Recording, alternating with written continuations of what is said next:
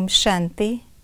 संगम युग पर शिव बाबा आकर माता पिता, शिक्षक, सतगुरु और कभी धर्मराज रूप में हम बच्चों को आगे बढ़ने के लिए कभी प्यार से, कभी डांट कर, कभी डरा कर अलग अलग रीति से हमें समझाते हैं।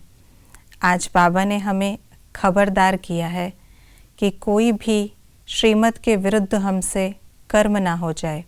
और दूसरा, आज बाबा ने अपने समर्पित और ट्रस्टी बच्चों को याद किया जिनकी विशेषताएं और निशानियां बाबा ने आज की मुरली में बताई। तो आइए रिवाइज करते हैं आज के 23 जुलाई 2022 के बाबा के साकार रूप से चले हुए महावाक्यों को। वारिस बनने के लिए कौन सी खबरदारी रखना ज़रूरी है? कोई भी काम श्रीमत के विरुद्ध ना हो। बाप के पास कौन से दो प्रकार के वारिस बच्चे हैं? एक हैं समर्पित बच्चे जो माँ बाप की डायरेक्ट परवरिश ले रहे हैं लेकिन उनके कर्मों की गूढ़ गति है। दूसरे हैं घर गृहस्थ में रहते पवित्र और ट्रस्टी बच्चे। उन्हें संपूर्ण ट्रस्टी बनने में मेहनत ज़रूर लगती है, लेकिन अगर पूरे ट्रस्टी बन जाएं, सबसे ममत्व निकल जाए तो पूरे वर्षे के अधिकारी बन सकते हैं। संगम युग पर आकर शिव बाबा कौन से कर्तव्य करते हैं? वापस ले जाते, राजयोग सिखलाते, वैकुंठ की बादशाही देते, अच्छा कर्म करना सिखलाते, पावन दुनिया का मालिक बनाते, कर्म अकर्म विकर्म की गूढ़ गति समझाते। सबसे अच्छा कर्म कौन सा है?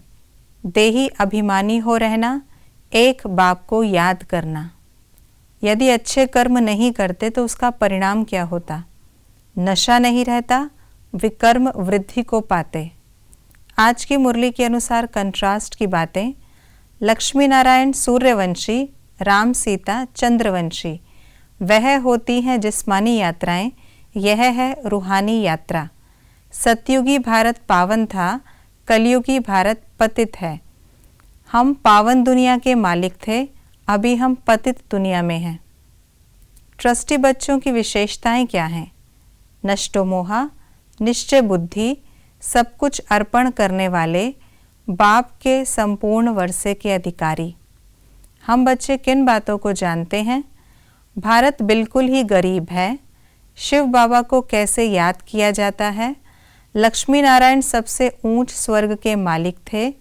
हमको बाबा फिर से पावन दुनिया का मालिक बनाते हैं। हमारे देवी देवताओं का गृहस्थ धर्म पवित्र था, अभी पतित बन गए हैं। अभी वही पूज्य देवी देवता जो पुजारी बने थे वही ब्राह्मण बने हैं, फिर सो देवता बनेंगे। क्षमा करने का अर्थ क्या है? शुभ भावना की दुआएं देना, सहयोग देना। स्वयं को और सर्व को प्रिय कौन से बच्चे लगते हैं? जो सदा खुशहाल रहते हैं। हमें किन बातों की धारणा करनी है? श्रेष्ठ कर्म करने हैं, कभी किसी को दुख नहीं देना है, किसी भी चीज़ में लोभ नहीं रखना है, जीते जी देह सहित सबसे ममत्व निकाल ट्रस्टी बनकर रहना है, रोज़ अपना पोता मेल देखना है कि मेरे में कोई विकार तो नहीं है, देह अभिमान को छोड़ एक बाप को याद करने का श्रेष्ठ कर्म करना है। ये थी आज की मुरली की विशेष बातें। सुखदाता बाप हम बच्चों को सुख की दुनिया में भेज रहे हैं, तो हमें रोज़ अपना पोता मेल चेक करना है कि हमारे द्वारा किसी को दुख तो नहीं मिलता।